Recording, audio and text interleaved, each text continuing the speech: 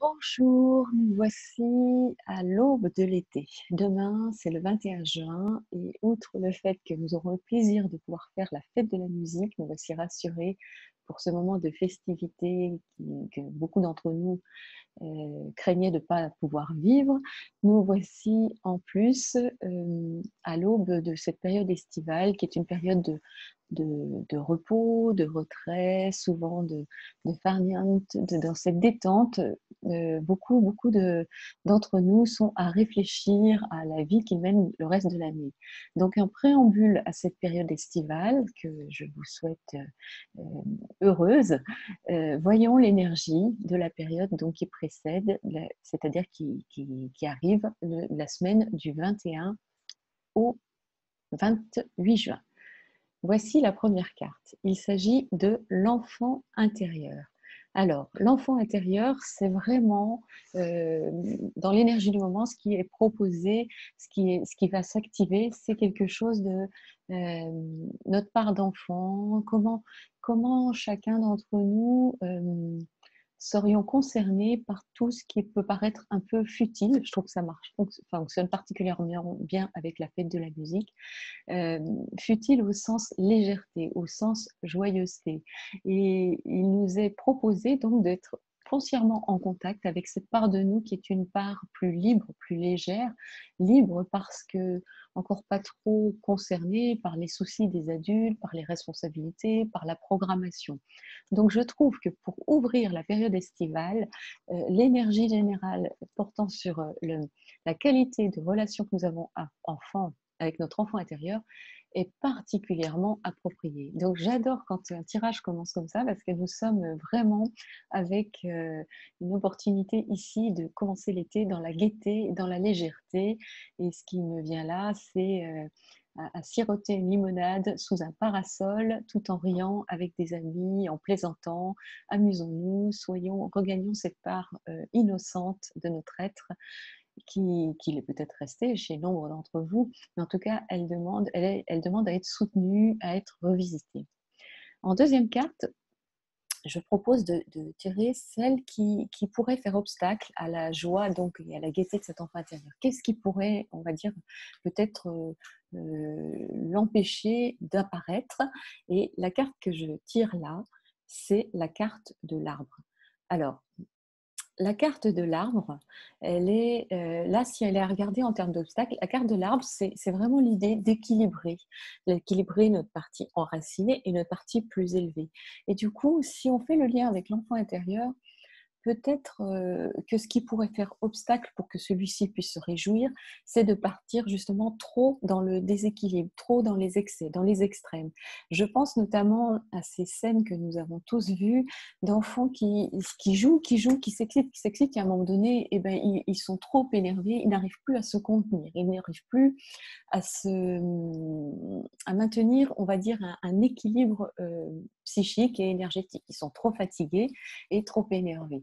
Donc, ce qui pourrait faire obstacle à la joie de cet enfant intérieur, à cette partie particulièrement régénérée de notre être, c'est aussi tout simplement le fait que nous ne soyons pas garants de maintenir un certain équilibre et peut-être de faire trop de choses, de peut-être pousser à l'excès, si vous voulez.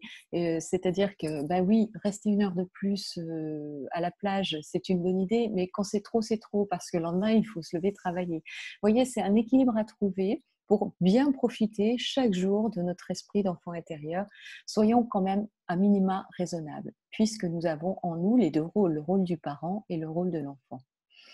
Alors, nous allons voir maintenant qu'est-ce qui va pouvoir soutenir cet enfant plus loin, dans cette période. Eh bien, c'est aller vers soi. Alors, aller vers soi, cette carte propose vraiment, c'est la numéro 27, la carte aller vers soi, c'est vraiment la proposition de se respecter en tant que nature profonde, et je trouve qu'elle va particulièrement bien avec l'enfant intérieur. Il nous est demandé d'un point de vue général, d'énergie générale, c'est de retrouver cet être que nous étions. C'est-à-dire, c'est un peu comme si on s'était quitté, ou alors qu'on n'aurait pas tout à fait trouvé qui habite cette enveloppe charnelle. Et là, il nous est demandé de rejoindre notre être essentiel, de rejoindre celui qui illumine le monde, qui va irradier, enfin, de servir la beauté de la vie. Donc là, il s'agit vraiment de sentir dans quels espaces nous nous sentons bien, nous sentons heureux, épanouis, de nous respecter dans ce besoin d'être au bon endroit, avec les bonnes personnes, et de ne pas se forcer. Parce que vous le savez, quand on se force, on est tout sauf naturel. Je veux dire, si l'idée d'aller à une réunion, on va dire, un espace par exemple de socialisation, et que l'on y va en traînant des pieds, ce sera pas fructueux. On ne sera pas dans une bonne qualité relationnelle avec les personnes en présence. Donc aller vers soi, c'est essayer de respirer dans le monde, dans une version authentique de nous-mêmes, et une version donc plus dense, plus respectueuse de soi, afin de gagner en confiance depuis qui nous sommes, et pas de chercher à jouer un rôle qui serait complètement désajusté avec notre être profond. Donc c'est vraiment une bonne proposition, et je trouve que ça rejoint bien les énergies générales des enfants intérieurs, puisqu'au départ notre nature était là, et puis après nous avons vécu des conditionnements, nous avons vécu peut-être des traumatismes, ou aussi des expériences de vie qui nous ont d'une certaine façon peut-être dévié de cette route première. Donc allez vers soi, sentez là où vous vivez comme authentique, et allez-y à fond, c'est ce qui vous attend pour cette semaine.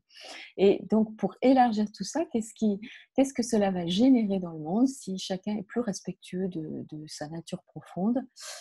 Eh bien, qu'est-ce qui va se passer? C'est la simplicité essentielle. Vous savez, quand on est en harmonie avec qui nous sommes, eh ben, c'est simple finalement, puisqu'on ne se pose pas 100 000 questions. Et si je parlais comme ci, et si j'étais comme ça, il y a juste une cohérence d'ensemble.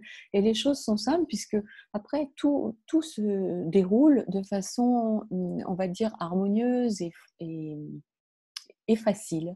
Oui, et c'est plus la prise de tête que chacun a pu rencontrer en essayant de coller à une réalité, mais plus rester subtilement soi-même dans des petites choses qui, les unes après les autres, vont finir par donner à la personne un sentiment d'unité.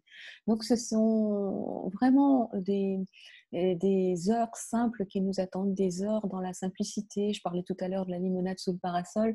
Ben voilà, c'est des petits bonheurs, des petites bulles de bonheur comme ça, qui vont garantir que tout se passera au mieux pour tous les enfants que nous sommes à l'intérieur de nous, avec le minimum de contraintes, pas plus qu'il n'en faut. Bien sûr qu'il y a des implications et des obligations, mais ne pas s'en rajouter, c'est la meilleure des options, afin de se garantir, si vous voulez, une énergie optimale qui circule de façon optimale, comme une source jaillissante apporte sa beauté et sa fraîcheur à son environnement naturel.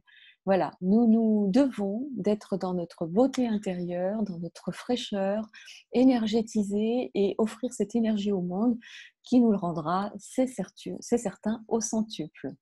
J'espère que ce tirage vous aura mis en joie. En tout cas, il est prometteur d'un été joyeux et intense, vivant, vibrant. Et bien sûr, n'hésitez pas, si vous avez des questions, à me contacter sur la page Facebook du jeu L'Hôtesse de l'âme, ou par mail à contact@audacedelame.com. Je vous remercie et à la semaine prochaine. À bientôt. Au revoir.